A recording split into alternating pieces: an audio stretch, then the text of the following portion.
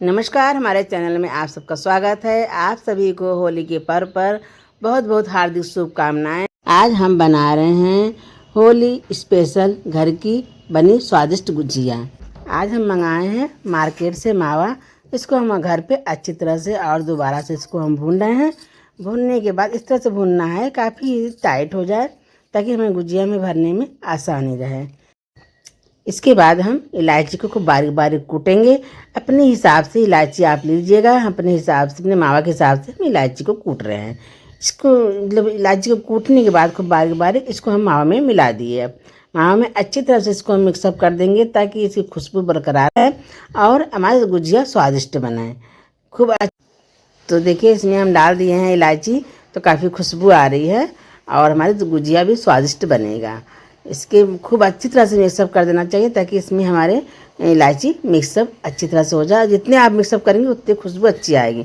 अब हम भून रहे हैं सूजी को धीमे आंच में भूनना पड़ेगा, नहीं तो जल जाएगा। इसलिए धीमे करके इसको स्लो कर दीजिए चूल्हा को, फिर इस सूजी को भूना जाएगा। बहुत लोग घी डाल के भूनते हैं, हम बिना घी के भून रहे हैं। घी डालने से चिकनाहट ज़्यादा हो जाती है, क्योंकि मावा में ज़्यादा चिकनाहट होती है। फिर हम घी डाल के भूने तो और चिकनाहट हो जाती है। इसलिए हम सूजी को बिना घी का भूनते हैं। सूजी को क्यों डाला जाता है? सूजी को इसलिए डाला जाता है ताकि हमारे मावा को अच्छी तरह से सोख ले उसकी चिकनाहट, इसलिए सूजी मिलाया जाता है। अच्छा, आपकी इच्छा नहीं है तो मत मिलाइए, कोई ज़रूरी नहीं है, मगर हम इसलिए मिलाते हैं ताकि हमारी सूजी जो है अच्छी तरह से उसको मावा को उसकी चिकनाहट को सोख ले। और इसमें आप जैसे ड्राई फ्रूट अगर आप डालना चाहें तो आप डाल सकती हैं। हम नहीं डाल रहे हैं, हम सिर्फ डाल रहे हैं इलायची। इसमें इलायची पाउडर को डालते हैं, हमारा काफ़ी गुजिया स्वादिष्ट बनती है और खाने में भी मुझे अच्छा लगता है। सूजी को जब तक भूनते रहना चाहिए जब तक कि ब्राउन ना हो जाए। अब हमारी सूजी अच्छी तरह से ब्राउन हो चुकी है। अब इसके हम उतारने के बाद, ठंडा होने के बाद इसको मावा में मिक्सअप कर देना है। अच्छी तरह से मिक्सअप हो जाए ताकि सूजी दिखाई नहीं दे। तब इसको ठंडा होने के बाद क्यों मिलाया जाता है? क्योंकि ये जो है हमारा मावा दोबारा से गीला ना हो, इसलिए इसे ठंडा करके, क्योंकि हमारा मावा ठंडा हो चुका है। अब हम सूजी डालेंगे गरम, तो जो है मावा हमारा ढीला हो जाएगा, गीला हो जाता है। तब इसके बाद ठंडा होने के बाद ही मिलाया जाता है। इसके अच्छी तरह से हम इसको मिला दे रहे हैं।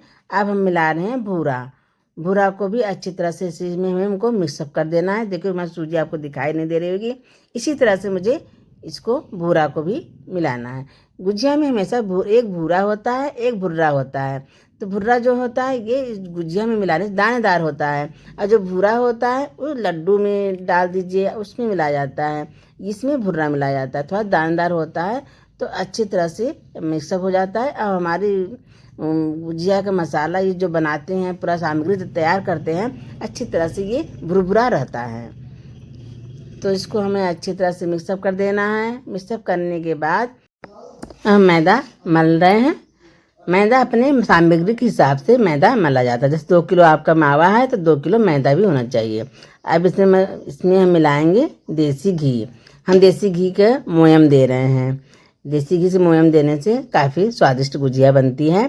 और रिफाइंड में डाल के बनाइए, मोयम दीजिए तो फैल जाता है मैदा आपका, इसलिए हम देसी घी से मोयम दे रहे हैं। देसी घी को हम गर्म नहीं किए हैं, ठंडे करके ही इसको हम ठंडे ही घी डाल दिए हैं, ताकि अच्छी तरह से इसको आपको मिक्सअप करना होगा हाथ से, ताकि इसमें जैसे कुछ ढेली आ जाती है जैसे मिलाते समय मैदा में, तो इस तरह से आपको हाथ से, दोनों हाथों से मसलना पड़ेगा, ताकि हमारी अच्छी तरह से मिक्सअप हो जाए।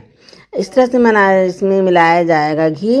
अपने मावा के या मैदा के हिसाब से आपको इसमें घी मिलाना है।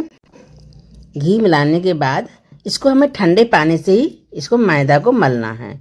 अब ठंडे पानी डाल दिए हैं, गर्म पानी नहीं डालें। आप कहेंगे क्यों? क्योंकि हमारा ठंडा घी है तो ठंडा हम पानी भी डाले हैं। गरम इसको अच्छी तरह से मिला देना है ना, तो इसमें जैसे रोड़ी सी आ जाती है। जैसे रोड़ी मतलब जैसे आप समझ लीजिए जैसे मैदा गुठलिया जाती है, तो हमारा मैदा इस तरह से नहीं होगा। इसलिए गरम ठंडा हम कुछ नहीं मिलाए हैं, सब हमारा ठंडा ठंडा हमारा घी है और ठंडा ही पानी है। अच्छी तरह से हमारा मैदा को इसे खूब बढ़िया से मलने के बाद इसको हमें पिन्नी में रखना है।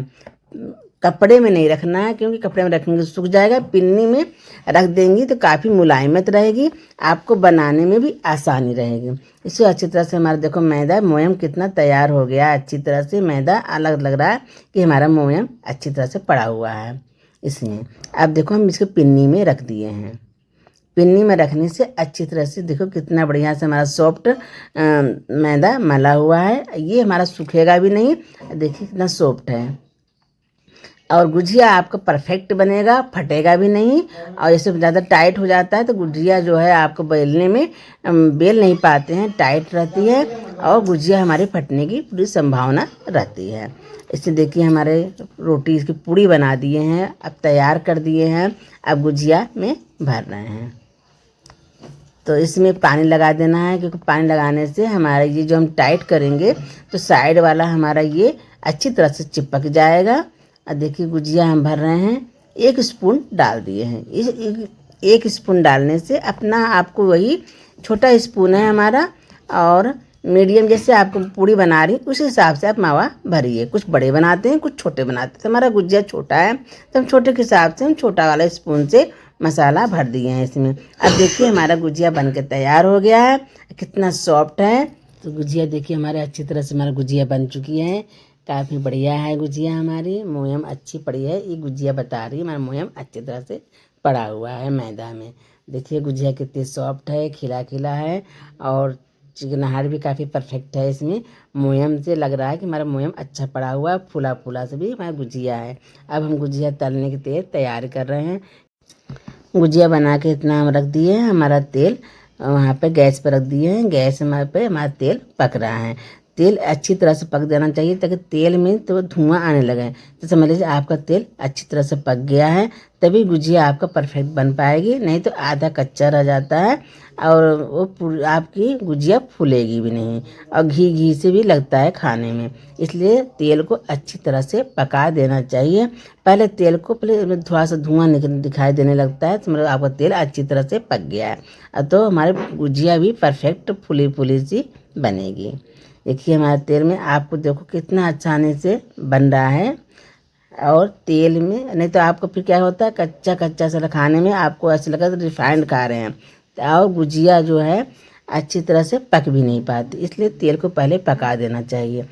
गुजिया को बनाते समय गुजिया को ध्यान देना है, दोनों तरफ से पलट के गुजिया को तलना चाहिए, ताकि हमारे गुजिया एक तरफ कच्चा न रहे एक तरफ पक्का न रहे। इसलिए दोनों तरफ से आपको गुजिया को पलट के पकाना है। अच्छी तरह से हमारे गुजिया तैयार हो गया है।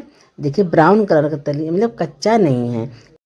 देखिए अच्छे मोयम देने से ये रहता है गुजिया, देखो फुली फुली से सॉफ्ट है। गुजिया को बनाते समय ध्यान देना होता है, हमें 4 गुजिया डालना होता है या 2 गुजिया डालना होता है, ताकि कभी कभी ऐसा होता है कि ऐसे आप कलछली से कर रही हैं तो कभी कभी कलछली के द्वारा से भी हमारी गुजिया फटने की संभावना रहती है। इसलिए ताकि हम फट से गुजिया कोई फूट जाता है तो हम आसानी से निकाल दें, इसलिए थोड़ा सा गुजिया 4-4 गुजिया डाल के बनाइए। 5 गुजिया बनाइए, जितना आप कढ़ाई के हिसाब का स्पेस हो उसी हिसाब से आप गुजिया को बना कर निकालते रहिएगा। लो जी हमारी गुजिया बनकर तैयार हो गई है, आप भी खाइए हम भी खाएं। हैप्पी होली। और हमारे वीडियो को आप लाइक करिएगा, शेयर करिएगा, हाइप करिएगा। हमारी गुजिया कैसे बनी आप कमेंट में करके बताइएगा मुझे। आपके पूरे परिवार को हमारे तरफ से होली के पर्व पर हार्दिक शुभकामनाएं। हैप्पी होली। नमस्कार।